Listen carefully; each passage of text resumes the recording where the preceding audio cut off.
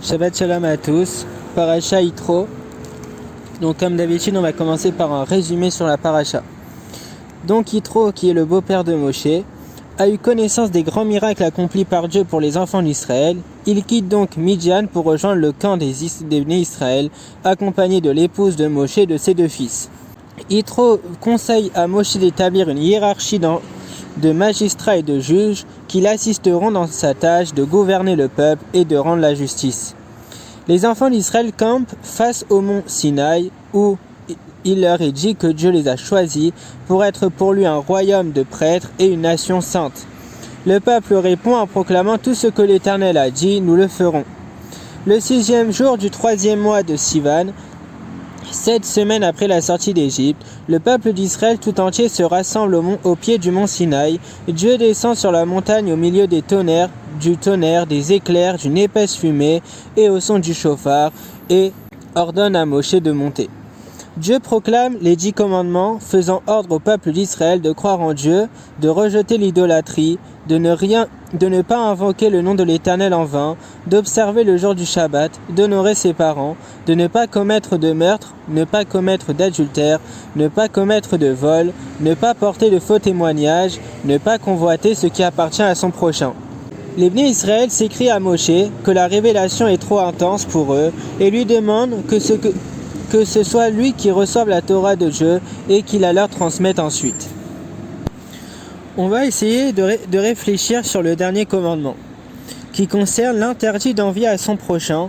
Comme on l'a dit, tu ne convoiteras pas de la maison de ton prochain, tu ne convoiteras pas l'épouse de ton prochain, ni son serviteur, ni sa servante, ni son bœuf, ni son âne, ni tout ce qui appartient à ton prochain. Le Even Ezra pose sur ce commandement la question suivante. Comment la Torah peut-elle demander à un juif quelque chose d'impossible à réaliser? Comment s'empêcher d'envier? C'est automatique. Si quelqu'un a un plus beau costume que moi, une plus belle voiture que moi, il gagne plus d'argent que moi, je vais l'envier. Le Even Ezra répond qu'en fait un juif doit comprendre que tout vient d'Hachem, la vie, les enfants, la parnassa. Ce ne sont ni la volonté ni les actions de l'homme qui influencent ses acquisitions de quelque manière que ce soit.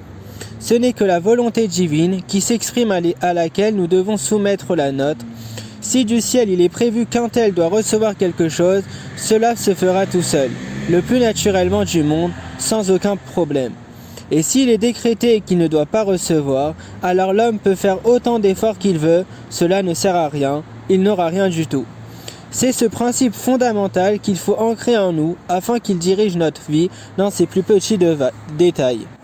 Si l'on se fie à cette règle, alors l'interdit de l'Otarmod n'est plus un problème.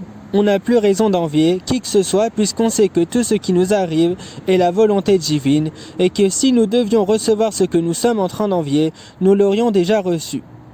Si c'est pour moi, je l'aurai. Si je ne l'ai pas, c'est que ce n'est pas pour moi. Pour comprendre cela, on peut raconter une histoire. Le Even Ezra était donc quelqu'un d'assez pauvre et refusait toute aide financière.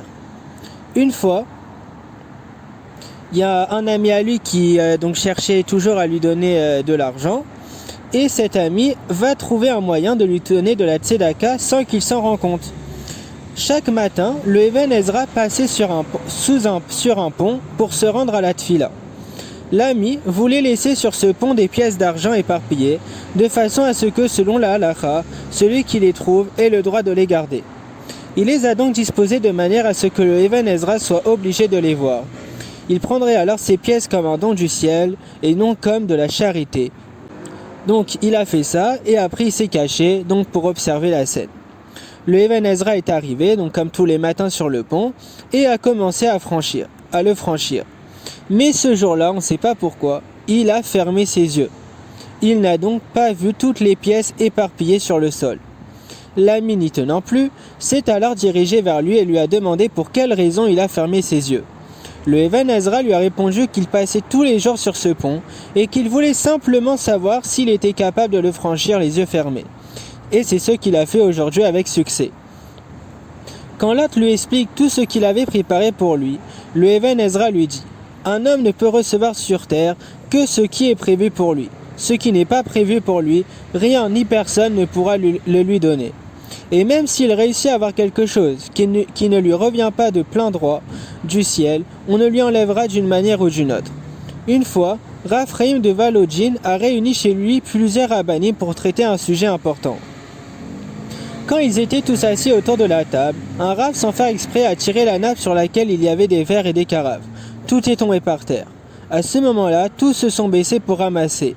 Rav Chaim les a arrêtés en disant « Sachez, s'il y a chez moi ne serait-ce qu'un centime qui ne me revient pas, alors il y aura des verres cassés. Mais si tout mon argent est propre, c'est-à-dire si je n'ai que ce qui me revient, alors rien ne sera cassé. » Ils ont ensuite ramassé les verres et les carafes, et rien n'était cassé. Nous devons nous renforcer dans notre émouna en sachant que tout, absolument tout, vient d'Hachem. En faisant cela, nous vivrons plus calmement, plus sereinement, en toute confiance dans l'avenir. Nous éviterons aussi ainsi beaucoup de maladies et de soucis inutiles. Shabbat shalom à tous, plein de bonnes choses.